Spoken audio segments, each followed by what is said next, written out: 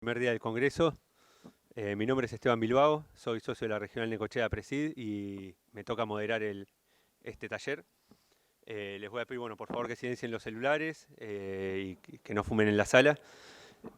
Como saben, ya la modalidad esta de taller es la siguiente: va a dar el disertante una charla de 20 minutos y después tenemos unos 20 minutos más de preguntas, alzando la mano y esperando el micrófono, por favor, por la transmisión, más que nada para que del otro lado puedan escuchar las preguntas también.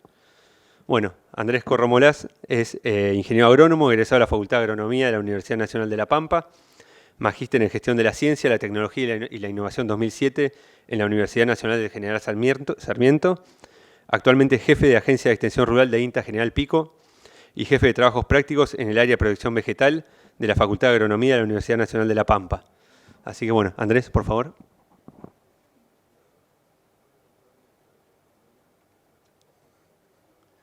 ¿Se escucha ahí? ¿Se escucha bien? Permiso. Bueno, yo les voy a presentar el panorama de enfermedades con foco en dos problemas. Elegí los más novedosos, donde hay un cambio en los patosistemas, como para enfocar en lo más interesante. El primer problema que les voy a presentar es el cancro, que es el que trabajo específicamente porque me toca en la región. Y después vamos a hablar de mildiu, que es otro problema que vemos los que estamos en girasol como gran problema futuro. El cancro del girasol es causado por un hongo que se llama Diaportelianti, genera una serie de síntomas característicos. Los síntomas no se confunden, digamos, con un poco de entrenamiento con otras enfermedades, entonces ustedes podrían diagnosticarlo con cierta precisión a campo. Entonces les voy a describir primero de qué miramos. En la foto de arriba vemos el síntoma inicial. El hongo genera una infección a partir de esporas que vuelan desde el rastrojo de hospedantes alternativos, llega al borde de la hoja, genera con rocío, solamente puede llegar a penetrar, y de ahí va hasta la nervadura central. Cuando llega a la nervadura central, avanza sobre el pecíolo y genera una infección a nivel de tallo. En tallo tiene una coloración de color castaño claro. Cuando genera infección en tallo, esa infección, a diferencia de foma, penetra y eso genera un síntoma en la parte de las hojas más arriba que tiene una sintomatología diferente. Ven acá que tiene cierto patrón internerval, cuando acá es una típica mancha en forma de V. Cuando vemos, esto se ve rápidamente, acá vemos una planta donde las hojas de abajo están relativamente verdes, por acá atrás de esta hoja hay infección inicial esta, y de ahí hacia arriba marca todas las hojas afectadas por una cuestión de que el tejido vascular está infectado, o sea, está infectado la médula en esta zona y eso genera un problema de circulación. También hay infección en capítulo con típica mancha en B, ahora vamos a ver la variabilidad de esas infecciones. Y en ataques severos podemos tener el quebrado, porque estos tallos que se infectaron temprano, después se debilitan y cerca de la cosecha se quiebran. A nivel de capítulo hay diferentes patrones de síntomas. Tenemos este síntoma de coloración más oscura, de negra redondo, un síntoma con centro en el pedúnculo como una aureola y una típica, la del libro, que es la mancha en B. En todos esos síntomas aislamos el hongo. O sea que todo eso puede ser causado por cancro. Lo que hacemos nosotros para discriminar otros problemas es cortar el capítulo y si entra la lesión significa que estamos en presencia de cancro. Ahora les voy a mostrar también después en otra foto esclerotinia. La enfermedad inicial, cuando empezó el problema con la cual se confundía, el cancro era verticillum, que es el hongo más difundido, la enfermedad número 1 si nosotros mirábamos de acá 10 años hacia atrás, por distribución y por digamos, prevalencia y frecuencia. Verticillum va a generar una necrosis internerval con un halo amarillento. En cambio, los dos síntomas que les muestro de los dos síntomas foliares en girasol por cancro, no llama la atención el color amarillo. Algunos verticillum cuesta un poquito más ver el halo, pero en general lo van a ver sin problema. Entonces eso ayuda por lo menos a discriminar del principal problema sacando cancro en el cultivo de girasol. Otra diferencia que ayuda es que en el caso de cancro, a partir de la posición del cancro, hacia arriba vamos a ver hoja seca. Esto es rápido, desde que vemos el cancro hasta que empiezan las primeras hojas a manifestar síntomas, son pocos días, una semana, algo así. En el caso de verticillum vamos a ver un gradiente, miren las hojas de arriba y van a ver que están todavía con más verde arriba que abajo.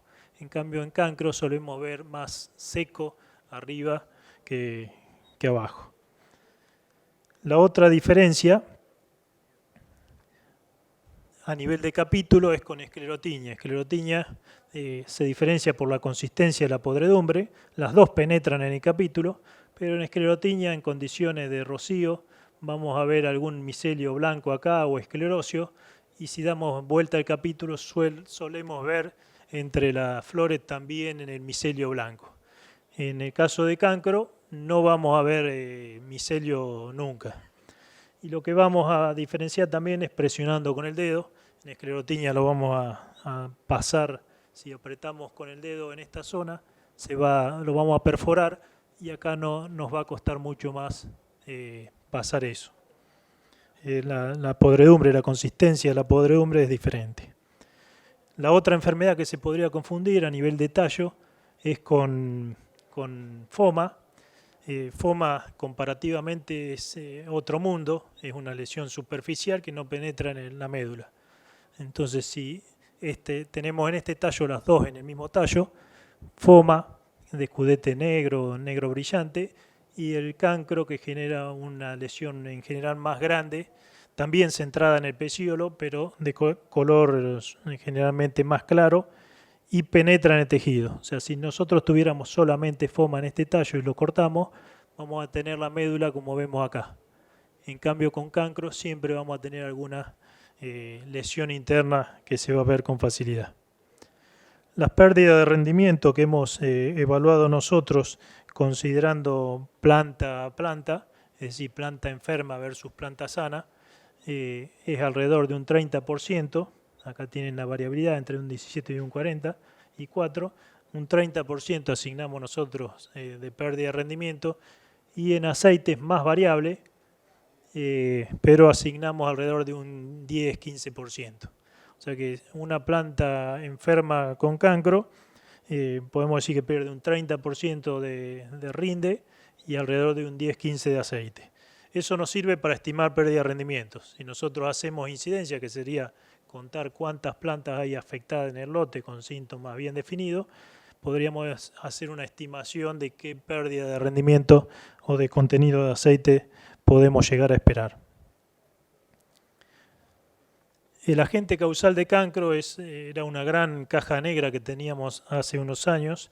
Veíamos que había variabilidad en la misma zona entre años en la presencia y en la severidad de cancro, y veíamos que algunos cultivares, muy poco, pero algún cultivar cambiaba de comportamiento de un año a otro. Entonces la pregunta que nos hacíamos era si era el mismo hongo que estaba actuando o teníamos variantes. En un estudio que hicieron Mancebo y colaboradores en Balcarce, hicieron un relevamiento de las especies de cancro que hay en el país, básicamente en la zona sudeste hasta Trenquelauquen, y encontraron que en Argentina tenemos de aporte Elianthi, que era el que nosotros habíamos identificado por morfología también en la región semiárida, y aportó de aporte Gulliae, que no estaba citado y es la primera cita en el país. Comparativamente con otras regiones del mundo, estamos parecidos a Estados Unidos y con especies diferentes con respecto a Australia. La principal, Elianthi, que es la que genera los mayores problemas nuestros, en Australia no está, sí está en Estados Unidos. La situación a nivel de qué área está afectado, en 2015 era esta, básicamente Trenquelauquen y Pico como zonas rojas, digamos, para ponerle un término. Las empresas lo habían visto antes que empecemos a trabajar nosotros, venían viéndolo a nivel de ensayo los semilleros, pero en ese momento fue cuando la enfermedad cobró otra dinámica. Lo que vimos en esa zona roja en todos esos años, desde 2015 hasta la última campaña, es que la incidencia y la severidad, o sea, la presión de la enfermedad es variable. No lo podemos asociar hoy por hoy con condiciones ambientales. El año pasado fue un año excesivamente húmedo para nosotros en diciembre, que es el momento en que se dan las infecciones, y sin embargo no tuvimos la severidad que esperábamos. A pocos kilómetros, con condiciones similares, vimos problemas graves. Entonces todavía no tenemos claro las condiciones ambientales que están desencadenando o el triángulo, digamos, de la enfermedad que está desencadenando las epidemias más severas. Sí sabemos que está todos los años y que se quedó, digamos, en la región. En incidencia, en las campañas severas tenemos un 60-70% de incidencia. Puntualmente en algunas zonas, las zonas bajas y de mayor productividad, podemos llegar a 90% de incidencia al final del cultivo, como condición, digamos, tope. A nivel del relevamiento que hizo Mancebo y colaboradores en toda esa zona que ven en el mapa, durante las últimas 3 campañas, los puntos amarillos marcan focos de mayor severidad y los puntos verdes son los focos detectados donde está la presencia del hongo. Esto con toma de muestra y aislamiento, o sea, chequeado. Lo que se ve es que lo que en 2015 eran 2 focos puntuales, hoy podemos decir que está prácticamente en toda la región.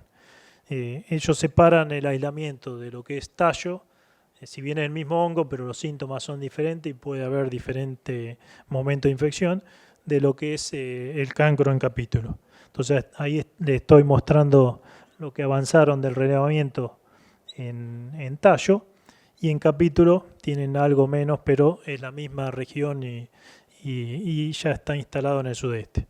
O sea que lo que vemos de estos datos es que tenemos prácticamente el área de lo que es la región semiárida y sudeste hoy con el problema ya instalado. Eso significa que puede quedarse en un status quo como ahora o puede aumentar. Lo que está viendo la gente de Balcarce, que trabajó en el tema, es que están viendo un aumento tanto en cancro en el tallo como en capítulo, de la campaña 2017, como ven en el gráfico, a la 2019. Ahí tienen la prevalencia y en la última campaña tienen un 60%, o sea, 6 lotes de cada 10 que encontraron presencia de diaporte, y en el caso de cancro en capítulo alrededor de un 40% de prevalencia. O sea que el problema, si uno hace un escenario tendencial, digamos, esa zona está subiendo. No han llegado todavía a un plató. Cuando miramos las 2 especies que le mencionaba, la otra pregunta es cuál es la que predomina. Y el trabajo ese de Mancebo y colaboradores también nos informa de eso. Vieron que prácticamente de las 2 especies, que es Elianthi y Gulliae, la que predomina en el grueso de la región es Diaporte Elianthi. O sea que estaríamos abocados a una especie, digamos, dentro del abanico del complejo de Diaporte, y eso simplificaría un poco el problema de mejoramiento a nivel de híbridos. Mirando dónde sobrevive durante el invierno el hongo, básicamente es a partir del rastrojo de girasol, pero también hay hospedantes secundarios. En una amplia zona tenemos el mirasolcito, que lo ven acá, el Leianthus petiolaris, que nosotros hemos encontrado el hongo ahí y sabemos que es un reservorio importante. Aparte de esa especie de maleza, hay otros Santium abrojos que han sido citados en Australia. Nosotros hasta ahora no encontramos el hongo en esas malezas. Sí, Gulliae, que fue detectado aumentara en presencia en los girasoles y en la región, el abanico de hospedantes que tiene citado ya se amplía un poco más. Está citado en maíz, en morenita, en quinoa y en cardo. Eso no lo hemos detectado nosotros, pero es una alerta si esa especie de cancro avanza, digamos, a nivel de cultivo.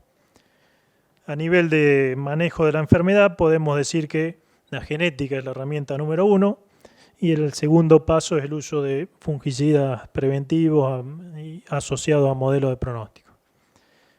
En caracterización de híbridos, todos los años se genera información, esa información está publicada, está disponible y circula por las redes y demás, así que digamos, no me voy a detener, pero hay diferencias importantes como ven en la foto.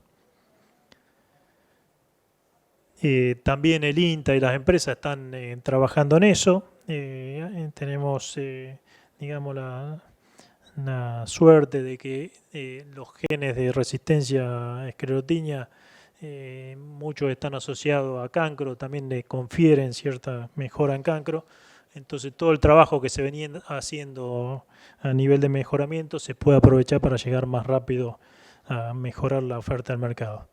A nivel de control químico estamos avanzando, no tenemos una recomendación cerrada o ya debidamente validada para ofrecerles, sí algunos puntos que vemos. En primer lugar, como el resto de las enfermedades, son netamente preventivos los tratamientos, una vez que vemos síntomas es tarde. Hay antecedentes de respuesta en Uruguay, de respuesta en RINDE. Nosotros no tenemos respuestas importantes hasta ahora por lo que hemos visto y la respuesta que tenemos, al menos en enfermedad, en severidad, incidencia, las vemos en tratamientos reiterados, 3-4 tratamientos. O sea que hay una ventana ahí para explorar, si mejoramos el momento, si mejoramos los activos, la dosis, pero todavía no la tenemos cerrada para recomendar masivamente a campo.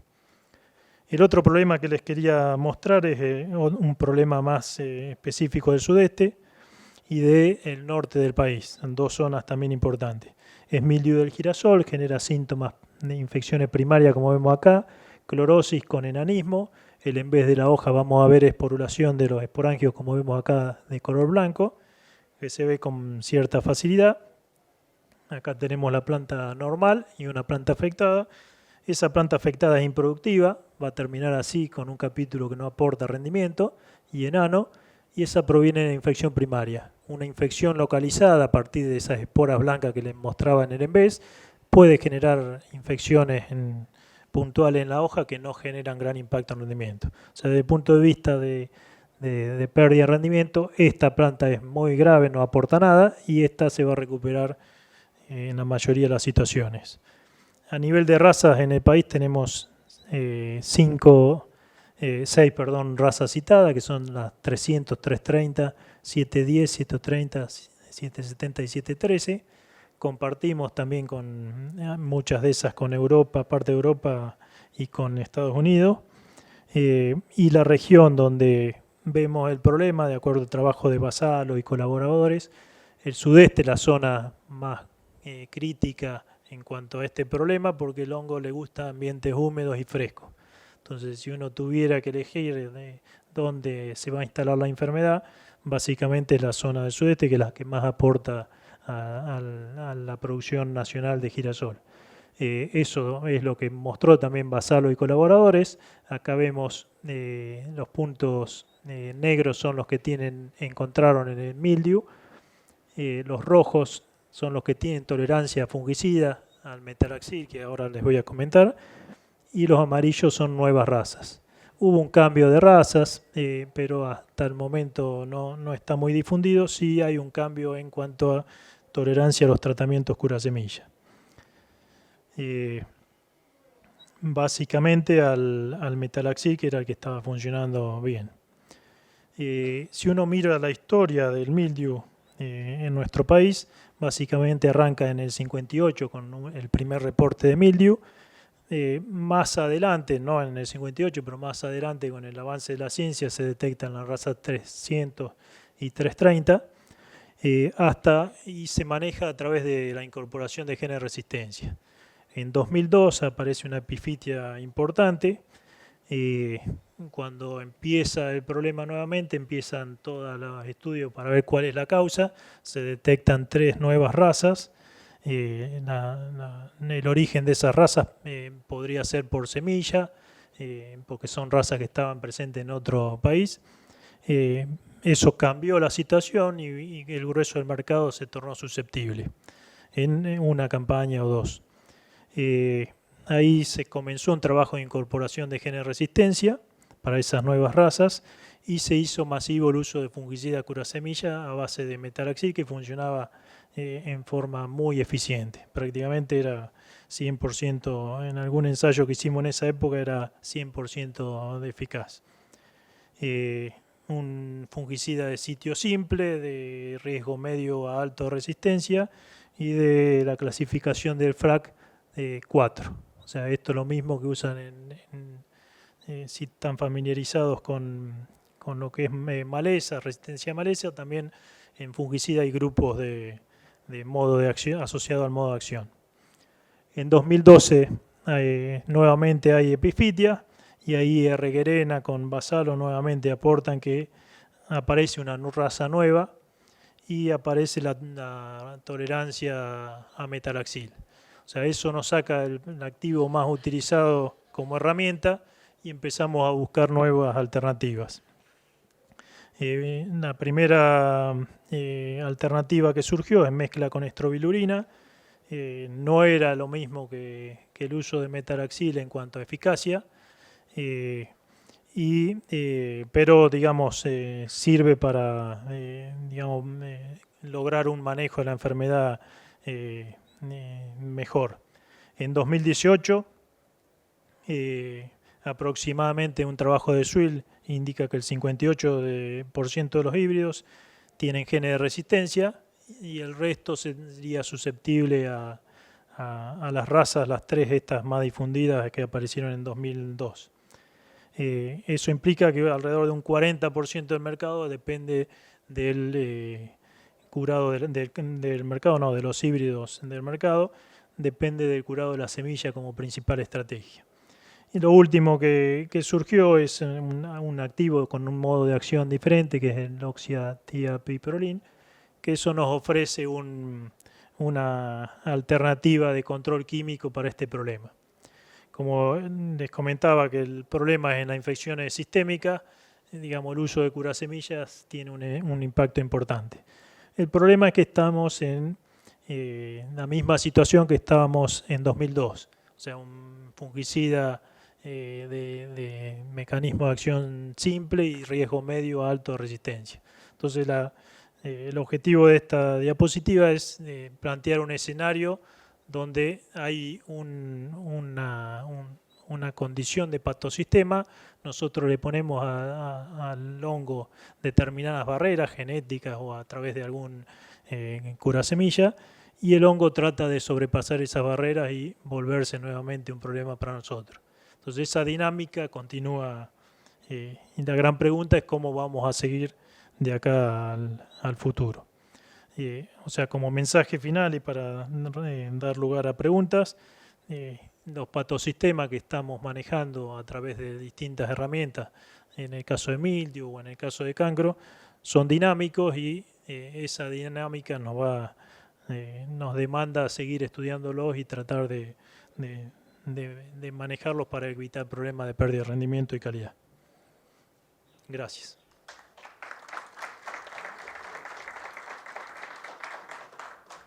Bueno, Andrés.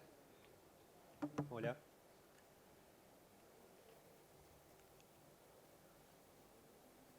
Hola. Bueno, sí. Andrés, muchas gracias. Bueno, es el momento de las preguntas. Como les decía cuando empezamos, por favor, levantando la mano y esperando el micrófono. Gracias. Gracias. Andrés, felicitaciones por la presentación, muy completa. Y tenía 2 preguntas. En el gráfico de distribución había colores amarillos, verdes y blancos para el caso de cancro, ¿qué diferencia hay entre esos colores? Sí. Para cancro, ¿eh? Ese. Ah. ¿Este decís? No, No. el mapa. El mapa de distribución es... Está bien. El blanco es los lugares donde no encontraron cancro. El verde es lugares que hay presencia, o sea que ya está identificado que es cancro y se aisló de las plantas sintomáticas. Y el amarillo un nivel de severidad más alta. No recuerdo, Los más graves son los amarillos. O sea que el amarillo es el más grave, son lotes que tienen problemas, que de alguna forma podríamos decir que está afectando ese lote en cuanto a rendimiento. Los verdes son los lotes donde se ve, pero se ve como un problema puntual. Y una pregunta más, si me Sí. permitís. Mostraste la especie para Estados Unidos, Australia, Argentina. ¿En Europa también es de aporte Eliante?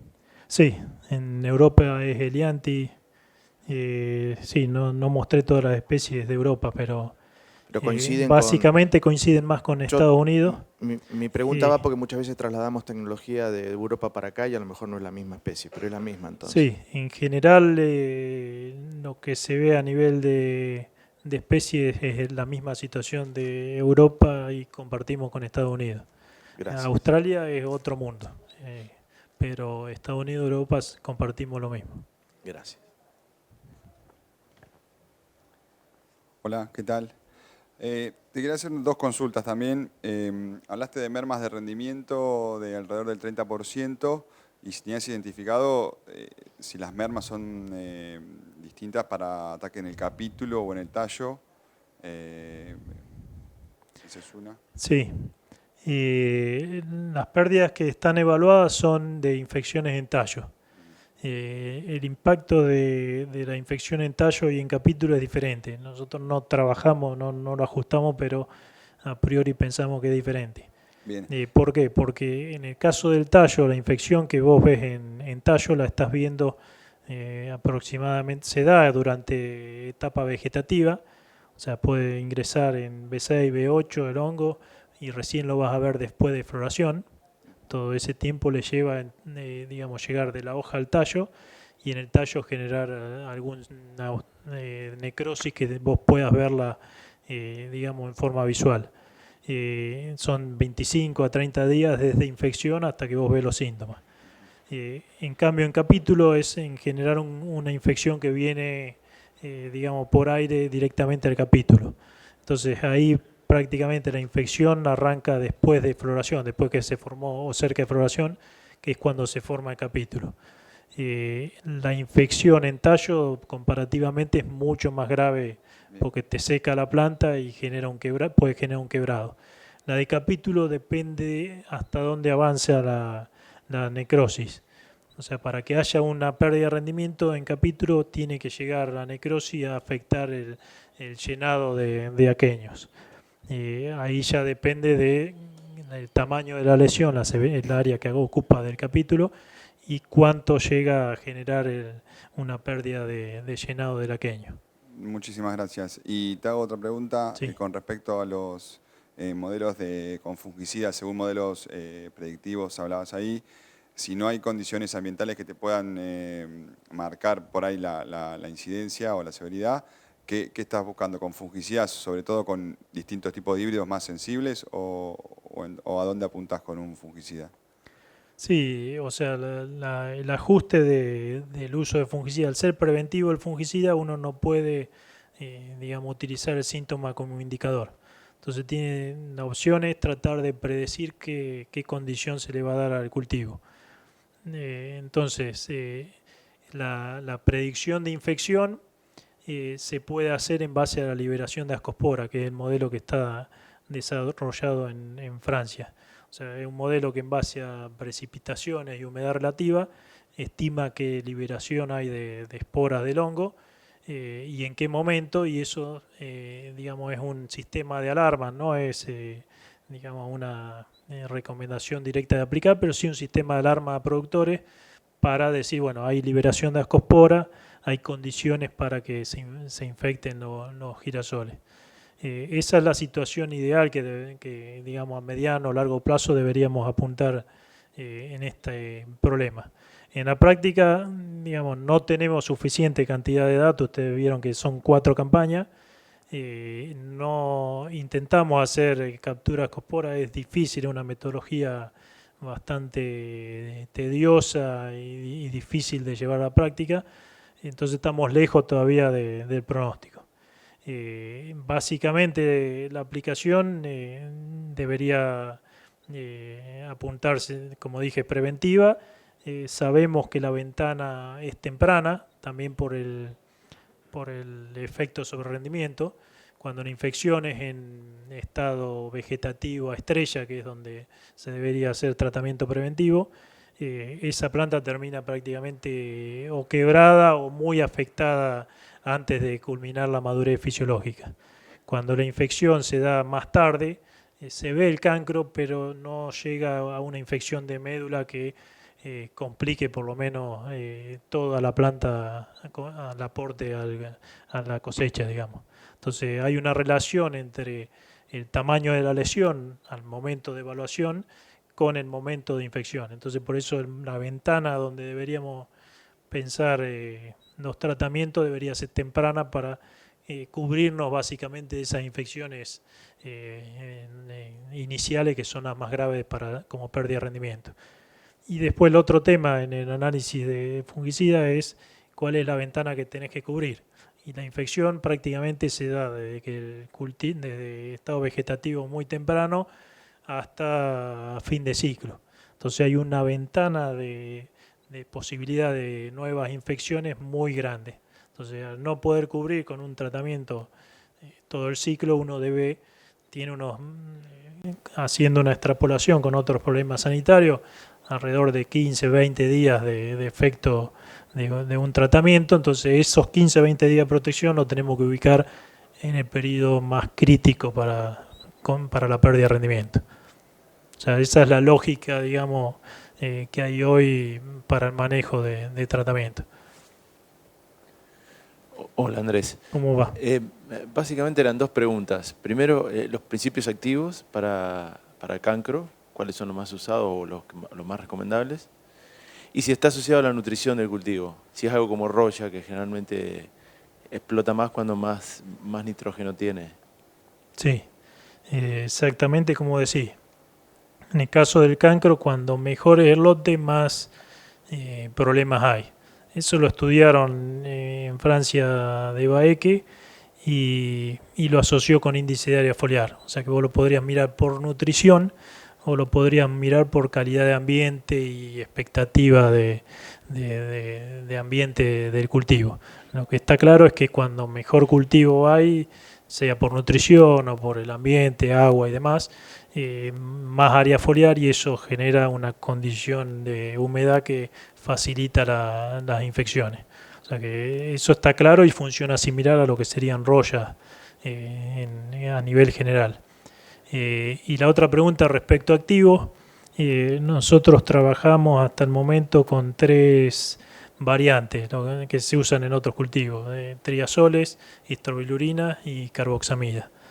De los 3, digamos, usando la mezcla, digamos, lo que es triazol solo, la mezcla triazol con istrobilurina, que sería el estándar, y la triple mezcla, que es lo último que salió al mercado. De la triple mezcla no vimos un efecto relevante, y el triazol solo no vemos efecto.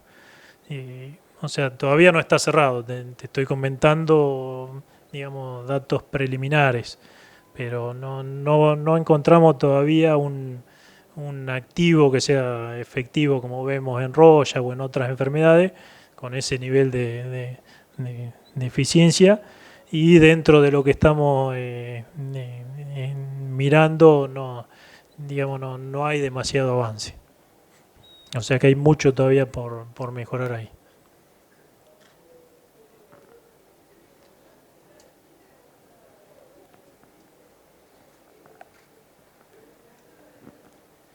Una consulta sobre el manejo, cómo afectarían las fechas de siembra, si hay algo más o menos estudiado, y el tema de los ciclos de los híbridos.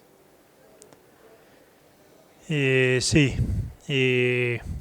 La fecha de siembra tiene, eso lo estudiaron en Uruguay, nosotros hicimos algún intento, pero es relativamente errático. O sea, está claro que las condiciones ambientales determinan la liberación de ascospora. Básicamente lluvias no excesivas y generación de humedad relativa. Eso favorece que se liberen ascospora y por lo tanto nuevas infecciones. Pero esa condición de nuevas infecciones, de abundancia de infecciones, puede estar atado a una determinada fecha de siembra en un momento, en una campaña, y en la otra se da vuelta. O sea, eso es lo que vieron en Uruguay. Dijeron, sí, la fecha de siembra afecta. Las tempranas, suponete, tuvieron más problemas que las tardías. A la otra campaña la condición ambiental fue diferente y se dio vuelta a la situación. O sea que la conclusión es, digamos, hay diferencia entre fechas, sí, no podemos manejar las condiciones ambientales que determinen, digamos, las infecciones y por lo tanto no es una herramienta, digamos, de gran utilidad. Algo parecido vimos nosotros por observación y algún ensayo que hicimos de fecha de siembra. En una campaña lo vimos a nivel de lote, teníamos el mismo híbrido sembrado en un abanico de siembra importante en distintos lotes y vimos relación entre siembra tardía más problema y siembra temprana menos. A la campaña siguiente hicimos un ensayo en microparcela y no vimos lo mismo. Entonces no lo veo, digamos, como una alternativa. Y en el caso del girasol, a diferencia de maíz o de otros cultivos, la fecha de siembra tiene un impacto más grande en el potencial. Entonces no tenemos un rango de fechas demasiado amplio para movernos y digamos, este problema deberíamos manejarlo por otro lado y no cambiando fecha de siembra. Hay una pérdida en siembra tardía, una pérdida de rendimiento y de aceite relevante en la mayoría de la zona. Sí. ¿Cómo estás? Siguiendo con lo de manejo, preguntarte si hicieron alguna vez trabajo con densidades de siembra para ver si había diferencias entre esos tratamientos. Y después, viendo el mapa ese, saber si en la zona del NEA a la fecha han tenido algún reporte de síntomas de cancro o aparición o algo, porque ahí solamente se ve provincia de Buenos Aires. Pero bueno, a ver si en el norte ya han detectado algo y qué crees vos si se puede llegar a dar en los próximos años también allá. Sí. En el NEA, digamos, si uno mira el cancro en términos históricos, hubo un ataque en 2005, 2006 en esa zona y después de la enfermedad se replegó, digamos, y no hubo más problemas. En los últimos años estamos en contacto con Sebastián Suil y Mariano Cracoña, que están en esa zona en temas relacionados y no nos informan ellos que haya problemas en esta enfermedad. O sea, puede ser la condición ambiental o puede ser, digamos, que no haya llegado hasta ahora esta variante que tenemos en la zona sur. El tiempo lo dirá. Digamos, hace 3 años atrás en el sudeste decíamos no está y no sabíamos bien por qué. Hoy podemos decir sí, llegó. En el norte todavía no hay problema, no estamos detectando lotes con problemas, así que veremos a ver cómo evoluciona. Y otra pregunta era la densidad. En densidad hay trabajo de Francia, que ellos compararon 50 versus 80.000 plantas logradas y vieron que 80.000 plantas tenían más problemas. Nosotros trabajamos en densidades en alguna época ahí en la región pampeana, pero no para enfermedades, sino para darle estabilidad al cultivo y bajar densidades. La densidad que estamos usando es alrededor de 45.000 plantas. Subirla más no es una alternativa para nosotros porque no ganamos y bajarla tenemos problemas de cortadora, tenemos otra serie de problemas que hacen que no podamos bajar de 30.000 plantas, suponete, como muy arriesgado. O sea que no vemos que pase, digamos, por el lado de densidad el manejo de la enfermedad. En los ensayos que hemos hecho para paloma, que bajar densidad puede ser una estrategia, se vio algo, pero es muy leve, no esperamos que tenga gran impacto esa estrategia. Bueno, si no hay ninguna pregunta más, Andrés, yo te cierro un poquito y vos me corregís, ¿sí? Bueno, como para que nos quede bien la idea en lo que es cancro, primero la importancia de la enfermedad y cómo viene aumentando, sobre todo en el sudeste de Buenos Aires, pensar en genética, pensar en tratamientos fungicidas mucho más tempranos de lo que nuestras cabezas venían funcionando, al menos por otras enfermedades, más allá de que es preventivo, estar pensando más en el vegetativo que en reproductivo, lo cual también nos cambia por ahí las aplicaciones aéreas a terrestres. Sí, eso es un punto que en realidad lo pensaba mencionar y es bueno que lo destaque porque es distinto. Estamos pensando en el último momento que entra el terrestre, a diferencia de las otras que pensamos en R2, o sea, en una etapa de botón ya con todo el área foliar desarrollada. Acá tengan en cuenta que el cancro está abajo, entonces las hojas que tenemos que proteger son las que están abajo y están secas para el momento de floración. Perfecto. Después, bueno, me imagino ingrediente activo, seguir probando, sobre todo si aparecen moléculas nuevas, a ver si encontramos alguna herramienta que nos ande un poco mejor o que nos dé un poco más de residualidad. Y en lo que es mildew, genética, los curasemillas que tenemos actuales, que es poco, pero es lo que tenemos. Y bueno, por ahí para las empresas, más que nada, y para los semilleros, pedirles ayuda. Un buen resumen. Bueno, ¿algo más te parece agregar, Andrés? No, creo que, digamos, esos son los problemas. Lo otro que, digamos, no le dimos tiempo, pero Verticillium sigue teniendo una distribución en las